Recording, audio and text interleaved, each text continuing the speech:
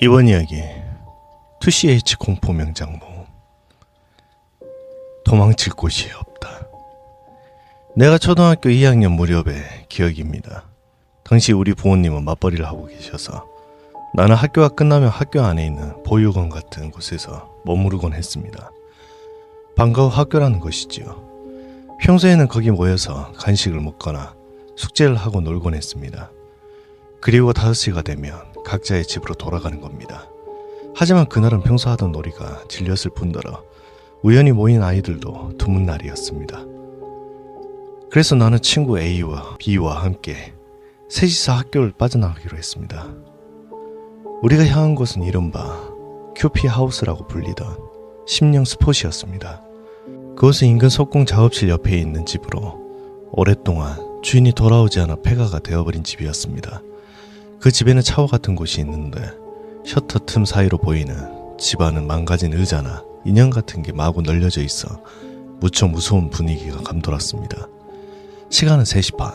우린 옆에 있는 석공 할아버지에게 들키지 않도록 몰래 집 부지로 숨어들었습니다. 화단을 타고 담을 넘어 베란다를 통해 2층으로 올라갔습니다. 다행히도 창문은 열려있어 순조롭게 안으로 들어갈 수 있었습니다. 집안은 그냥 아무것도 없는 폐가였습니다. 그 모습을 보자 A는 겁에 질려 돌아가자. 선생님한테 혼날 거야. 라고 말하기 시작했습니다. 하지만 나와 B는 뭔가가 된 것 같은 기분에 취해 전전 안쪽으로 발을 옮겼습니다. 우리는 2층을 전체적으로 한 바퀴 돌았습니다. 방은 모두 3개 있었습니다. 우리가 처음 들어간 방은 아무래도 여자 방인 듯 했습니다. 왠지 모르게 깨끗하고 사랑스러운 강아지 장식품 같은 게 놓여 있었습니다. 그 다음 방은 아기 침대가 놓여 있고 아기들이 좋아할 법한 장난감이 엄청나게 흐트러져 있었습니다. 한눈에 봐도 큐피 인형이 많았던 기억이 납니다. 장난감은 다들 허름하고 무언지 알 수 없는 고무스름한 액체가 들러붙어 있었습니다. 마지막 방은 아무것도 없는 텅 빈 방이었습니다. 곧이어 우리는 1층으로 내려왔습니다. 거실은 분위기 있는 서양식으로 멋진 소파가 놓여 있었습니다. 아마 이 집에는 아기가 있었던 거겠죠. 아기용 책상이나 의자, 식기 같은 게 바닥에 마구 널려져 있었습니다. 나와 B는 신나서 여기저기 뒤지고 다니고 있었지만 A는 B의 뒤에 달라붙어 떨고 있을 뿐이었습니다. 서재, 화장실, 부엌 여기저기를 둘러봤지만 딱히 이상한 곳은 눈에 띄지 않았습니다. 그럼 실수 학교로 돌아가야 할 시간이니까 마지막으로 목욕탕을 보고 현관으로 나가자. 다음에 또 놀러 오면 되지. 그리하여 우리는 목욕탕을 보러 갔습니다. 욕조 앞 탈의실에 이르자 B가 혹시 모르니까 현관문을 열어놓고 오자. 라고 말했습니다. 현관은 바로 근처였기에 우리는 문을 열어놓기로 했습니다. 바깥은 이미 어두워지기 시작할 무렵이었습니다. 그 집에는 시계가 없었기에 우리는 시간이 가는 줄도 모르고 있었던 것입니다. 목욕탕에 들어서자 무언가 썩은 것 같은 지독한 냄새가 풍겼습니다. 과일이나 야채 같은 게 아니라 무슨 동물 사체가 썩은 것 같은 냄새였습니다. 토할 것 같이 심한 냄새였습니다만 무서운 걸 찾아본 터였던 나와 B는 어째서인지 더 무서운 일이 일어나도 된다는 생각을 하고 있었던 것 같습니다. 학교에서 영웅대접 받고 싶은 마음에서였을 겁니다. 최악의 경우에 이 중 누군가 죽어버려도 괜찮다고 생각하고 있었으니까요. A는 너무 무섭고 냄새도 난다며 목욕탕에 들어올 생각을 안 했습니다. 넌 무서워. 이상한 냄새도 나. 안 들어갈래. 기묘하게도 고작 한 걸음 차이인데 목욕탕 밖에 있는 A는 나오니까 아무 냄새가 안 난다고 말했습니다. 야, 밖에는 아무 냄새도 안 나잖아. 욕조에는 뚜껑이 덮여 있었습니다. 원래는 흰색 플라스틱 뚜껑이었을 테지만 이미 검은색으로 변색되었다고 할까 2층에서 봤던 검은 액체 같은 게 묻어 있었습니다. 나는 B와 힘을 합쳐 열어보려고 애를 썼지만 너무도 무거워 쉬이 들리지 않았습니다. 이거 안 움직이는데? 난 뭐가? 뚜껑은 2개가 있었지만 양쪽 모두 열릴 기미가 보이질 않았습니다. 손가락을 뚜껑과 욕조 사이에 밀어 넣으려고 하는 순간 내 손톱 사이로 무언가가 비집고 들어왔습니다. 기분 나쁜 나머지 손을 빼보니 가늘고 짧은 머리카락과 긴 머리카락 두 가닥이 중지 손톱 밑에 꽂혀 있었습니다. 그걸 보자 나와 비는 무서워져 도망치기로 했습니다.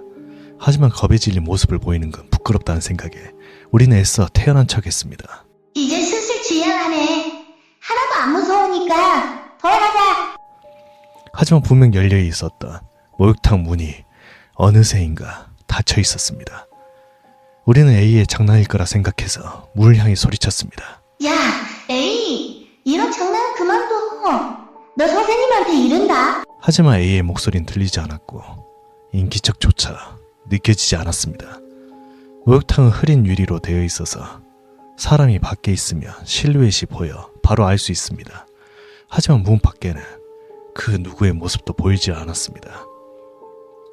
시간이 차차 지나면서 우리는 점점 진심으로 두려워지기 시작했습니다. 우리는 엉엉 울며 문을 두드리고 A에게 도와달라고 소리쳤습니다. 하지만 아무리 소리를 질러도 아무도 오지 않았습니다. 결국 힘이 빠진 우리는 여기 있다 보면 누가 와서 도와줄 것이라는 희망을 품고 구조를 기다리기로 했습니다. 바닥에 주저앉아 욕조에 등을 기댄 채 문을 바라보며 기다렸습니다. 10분 정도 지났을까요? B가 울기 시작했습니다.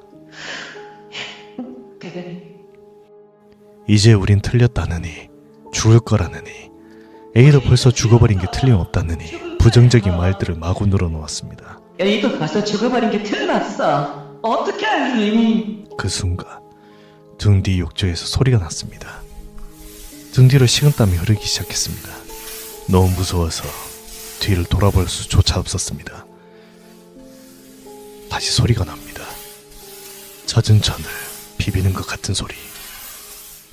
나는 큰맘 먹고 뒤를 돌아봤습니다.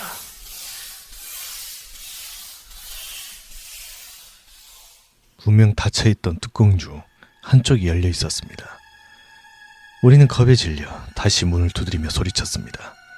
하지만 여전히 아무 응답도 없었습니다. 소리는 계속 들려옵니다.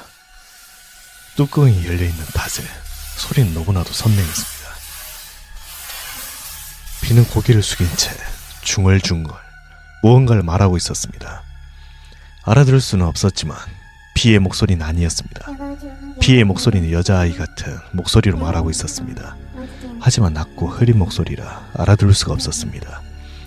나는 문에 등을 댄 채 욕조를 바라보고 있었습니다. 무언가가 나올 것만 같았기 때문입니다. 이런 곳에 온 걸 진심으로 후회했습니다. 집에 돌아가게 된다면 엄마와 선생님한테 사과하자. 머릿속에는 그 생각뿐이었습니다. 그 와중에도 소리는 계속 들려옵니다. 욕조를 바라보고 어느 정도 시간이 흘렀는지는 모르겠습니다. 한순간 작은 손, 아기 손 같은 게 열린 뚜껑 틈새로 보이는 걸 알아차렸습니다. 나는 무심코 토해버리고 말았습니다. B는 아직도 무언가를 중얼거리고 있었습니다. 야, 비, 도망치자. 응? 정신 차려. 나는 B의 어깨를 붙잡고 흔들었지만 B의 눈에는 초점이 없고 입에서는 침이 흐르고 있었습니다. 나는 진심으로 울고 있었습니다. 그 순간 문 너머에서 인기척이 나는 게 느껴졌습니다. 욕조에서는 지금까지 들려오던 것과 달리 신음소리 같은 게 들려오기 시작했습니다. 누가 우리를 도우러 와준 것이라 생각한 나는 기뻐서 문 쪽을 바라봤습니다. 거기에는 흐릿한 유리 위에 얼굴과 손을 꽉 붙인 여자의 실루엣이 떠올라 있었습니다. 앞머리를 5대5 가르마로 나눈 단발머리의 여자가 입을 크게 벌리고 우리를 보고 있었습니다. 얼굴을 꽉 붙이고 있었기에 표정까지 확실히 눈에 들어옵니다. 곧이어 여자의 입이 움직이기 시작했습니다. 무언가를 말하는 듯 했습니다. 말하고 있다는 건 알겠는데 내용은 도저히 알 수가 없었습니다. 어째서인지 눈을 돌릴 수가 없습니다.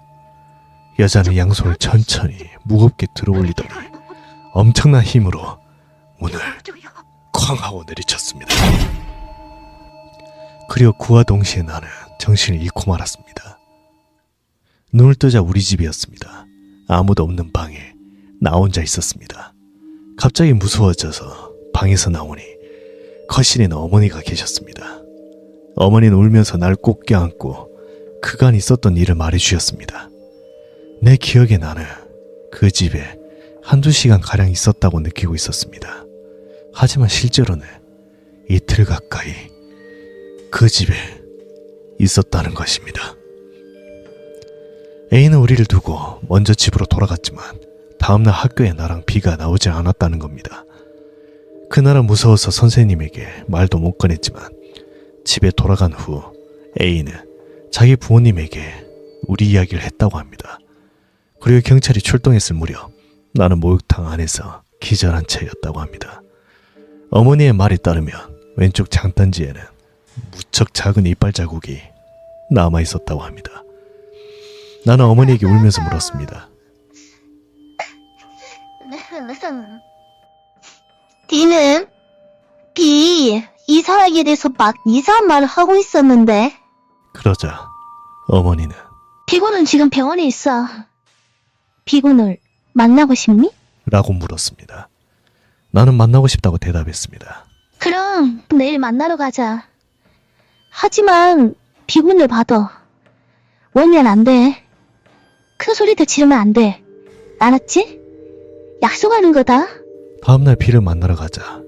아니나 다를까 B는 그 모습 그대로 이상한 말을 침대에 앉아 짓거리고 있을 뿐이었습니다.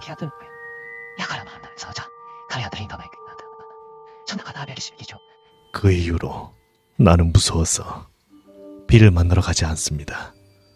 A와는 아직 연락이 닿고 있지만 B에 관한 이야기는 서로 꺼름칙한 탓에 거리고 있을 뿐입니다.